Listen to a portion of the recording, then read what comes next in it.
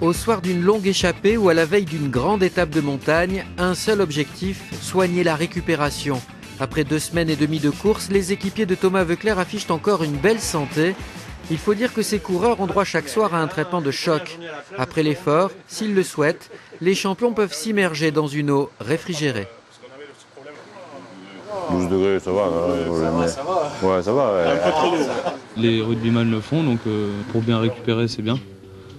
Donc voilà, maintenant il faut tester et puis on verra au fil des jours, puis des années qu'on fait ça, on verra bien si ça marche ou ça marche pas.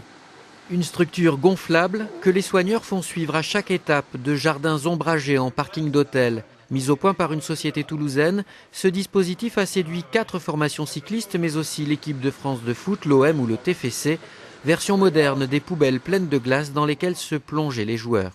Au départ, on mettait beaucoup de glace, on y restait peu de temps. Et on s'est rendu compte qu'il fallait une température plus élevée, donc moins proche de zéro, on est plutôt à entre 10 et 15 degrés en traitement. Et il faut y rester au moins une dizaine de minutes.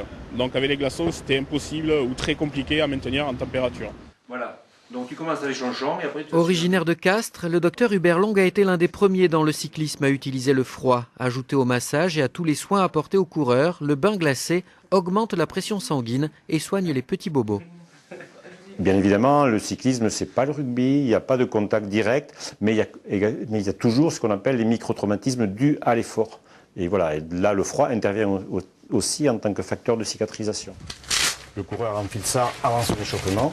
Utile pour la récupération, le froid a semble-t-il aussi des vertus préventives. Dans 2 jours à Bordeaux, les coureurs enfileront ces gilets réfrigérés à 6 degrés, histoire de rester frais jusqu'au départ du contre-la-montre.